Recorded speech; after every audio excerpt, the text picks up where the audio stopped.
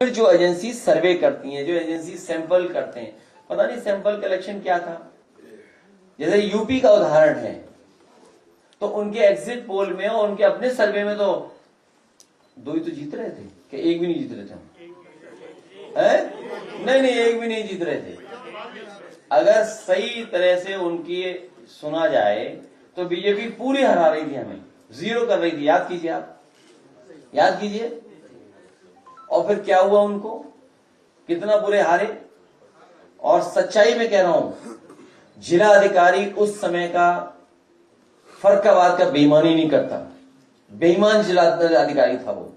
मैं फिर कहता हूं, मैंने पहले भी कहा, फिर कहता हूं, चाहे वो कोर्ट चला जाए, कहीं संस्था में चला जाए, सुना है बड़ा जिला मिला है उसको उस बेईमानी की वजह से। लाठी चलवाई, और जब हम लोगों ने फोन करने की कोशिश की, बात करने के लिए, फोन भी नहीं कर रहे, सोचिए, कोई सुनने वाला नहीं था, और रिजल्ट बदल दिया। तो ये सब बेईमानी बीजेपी करती है, इसीलिए ये सब करवाया है।